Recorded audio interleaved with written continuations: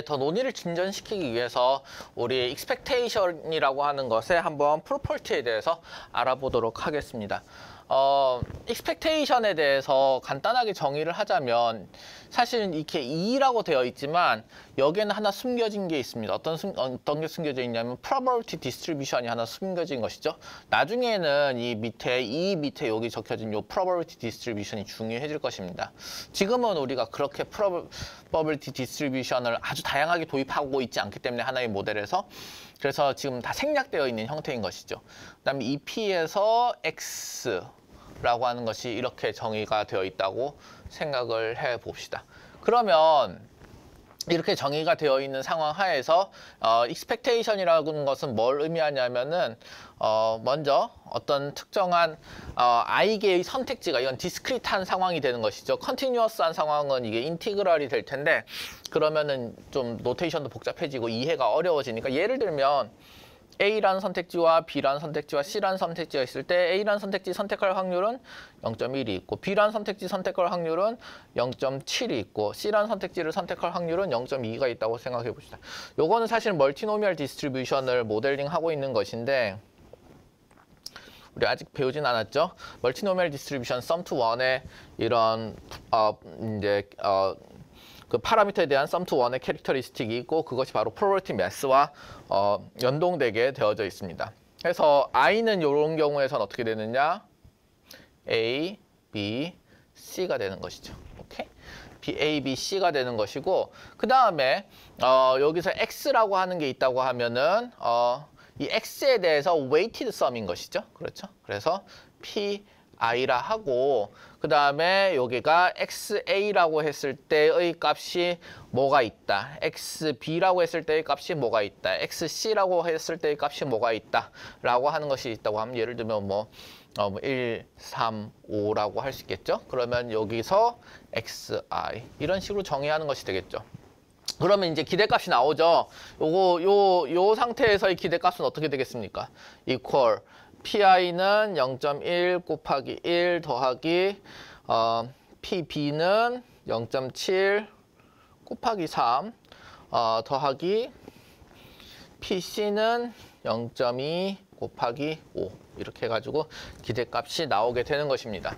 자, 이런 게 기대값인데 그러면 여기서 이 X가 일어날 확률, X는 지금 코인 토스 하지 않았다, 그죠? 코인 토스 해야지 X가 A에 걸릴지 B에 걸릴지 C에 걸릴지 알게 되는 것인데 코인 토스 하지 않았으니까 그러니까 아직까지 일어나지 않은, 리얼라이즈 되지 않은 어떻게 될지도 모르는 값들을 우리 랜덤 베리어블이라 한다고 하면은 이 probability와 속에 있는 이 속에 있는 X는 사실은 랜덤 베리어블로서 XI가 일어날 확률을 PI가 이렇게 정의하고 있어야 될 것입니다. 그런데 여기서 보면 K는 컨스턴트라 하였습니다. K는 그러면 랜덤 베리어블이 아니란 뜻이죠. 랜덤 베리어블이 아니기 때문에 여기 속에 있는 게 K로만 바꿔져 버리면 어떻게 되겠습니까? 그러면 이 P의 K가 될 것이고 I에서 PI, K가 될 텐데 K는 뭐 그때그때 상관없이 안 변하는 것이죠. PI랑 상관없이 I로 연동되어 있지 않다는 겁니다. 서포트 영역으로 연동되어 있지 않다.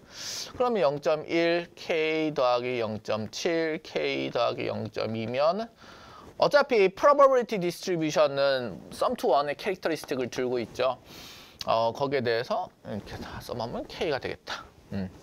그래서 이런 식으로 만들어지게 됩니다.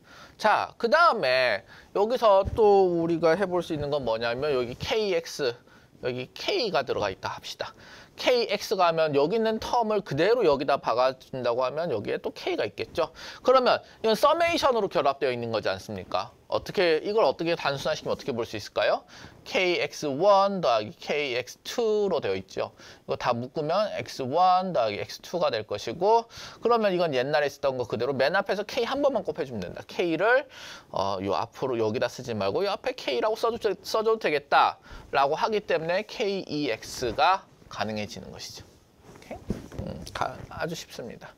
마찬가지 세팅으로 우리는 덧셈에 대해서도 인디펜던트하다고 생각할 수 있습니다. 두 개의 랜덤 베리어블이 있어요. 위에 있는 x는 하나의 랜덤 베리어블인데 이제 x, y가 두 개가 있다 칩시다. 두 개가 있다고 치면 그러면 이게 마찬가지로 어떻게 되어 있을 것이냐? 선형결합되어 있을 거라는 겁니다. 여기에 대해서 조금만 더 해볼까요?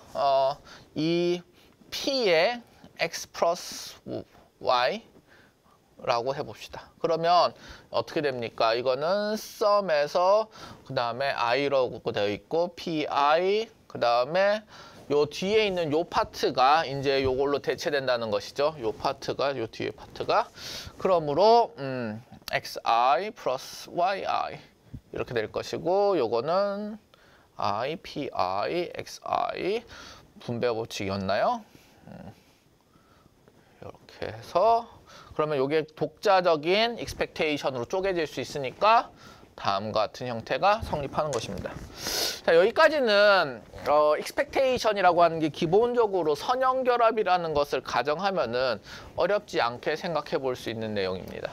자, 그 다음에 베리언스에 대해서 한번 따져보도록 합시다. 베리언스라고 하는 것도 expectation이었죠. 베리언스라고 하는 것도 expectation인데 뭐의 expectation이었습니까?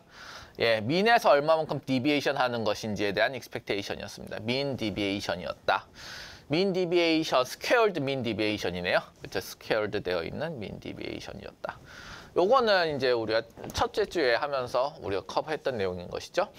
요것을 이제 한번 요거 자체로는 더 이상 팔 게 없죠. 이건 뭐 거의 정의인 거니까. 위에 있었던 내용이 재미있습니다. x 플러스 y인 상황에서는 이렇게 선형결합이어서 했는데 선형결합 아니겠죠. 왜 비선형성이 발생해버렸으니까 어디서 발생합니까? 여기 자승에서 발생하잖아요. 그렇기 때문에 이게 어떻게 처리될지를 한번 알아볼 필요가 있겠습니다. 베리언스 x 플러스 y가 있다고 치면 요거를 그대로 들어서 여기 이제 정의에 가져다 주면 expectation of x 플러스 y 빼기 mean deviation이니까 x 플러스 y의 mean deviation이니까 다음과 같이 mean deviation, mean에서 얼마만큼 square deviation 하는지를 계산하겠다 라는 것이 되고 그러면 여기서 1로 넘어가는 거는 뭐에 의해서 넘어갈까요? 위에 있었던 선형성에 의해서 넘어오게 되죠. 여기는 선형성이 다음과 같이 expectation을 쪼개볼 수 있도록 도와줄 것입니다. 쪼개볼 수 있도록 도와주고 여기 앞에 있는 요 영역은 그냥 x 더하기 y인 거다. 그죠? x 더하기 y인 것입니다. 그러면 얘를 쪼개가지고 expectation 하나씩 물고 와 이렇게 할 수 있겠죠. expectation 하나씩 자기와 연관된 expectation을 연결 이렇게 시켜가지고 가져올 수 있을 것입니다. 여기까지 하는 건 어려운 게 아닌데 이제 squared 되어 있는 텀이 발생하죠. squared 되어 있는 텀을 이제 속에 넣으려고 하면 어떻게 하면 되겠습니까? 예, 맞습니다. 요거 squared, 이거 squared, 중학교 수학이죠. 이거 두 개 크로스해서 2 곱해주는 거. 다음과 같이. 중학교 수학을 하고 나면 그러면은 이제 또다시 expectation의 선형성을 활용할 수 있는 경우가 생깁니다. expectation은 자 하나의 텀 더하기 하나의 텀 더하기 또 하나의 텀으로 되어 있죠. 다 expectation으로 뗄 수 있습니다. 앞에 있는 거 expectation으로 떼고 뒤에 있는 거 expectation으로 떼고 마지막 것 expectation으로 다음과 같이 선형성을 이용해서 분리해줍니다. 그러면 정의에 따라 가지고 요것은 x의 베리언스가 되어버리고 요것은 y의 베리언스가 되어버립니다. 근데 비선형성이 발생했기 때문에 우리는 하나 더 원치 않는 자식인지 아니면은 이게 나중에 우리가 축복받은 자식이 될지 모르고 이게 상당히 나중에 아주 중요한 역할을 하겠지만 코베리언스 텀이 발생하게 됩니다. 그래서 x, y 코베리언스로 베리어블 x 플러스 y는 분해가 되게 됩니다. 이것을 베리언스 썸 로우라고 부릅니다. 베리언스 썸 로우는 다음과 같이 두 개의 랜덤 베리어블 서메이션한 베리언스가 어떻게 만들어질지 그것은 두 개의 베리언스들과 플러스 코베리언스 텀으로 만들어진다라고 하는 얘기를 하고 있습니다. 자, 이렇게 되어 있는 상황에서 하나만 더 가정을 해보겠습니다. 그리고 이거는 지금 당장 설명을 드리지는 않을 거예요. 뭐냐면 x, y가 만약에 IID 세팅이다. 인디펜던트하게 샘플링 되어 있는 것이다. 라고 하면 아이덴티컬리는 필요 없겠네요. XY가 인디펜던트하게 샘플링 된 것이라고 하면 그러면 이 둘 사이의 코베리언스는 0이 되게 되겠습니다. 이것은 기본적으로는 코베리언스 자체에 대한 이해도가 좀 있어야 됩니다. 코베리언스 자체도가 이해도가 있어야 되고 이것은 유니베리에이트 가우시안 디스트리뷰션을 멀티베리에이트 가우시안 디스트리뷰션으로 확장하면서 이 코베리언스 텀에 대한 이해를 이제 얻을 수 있습니다.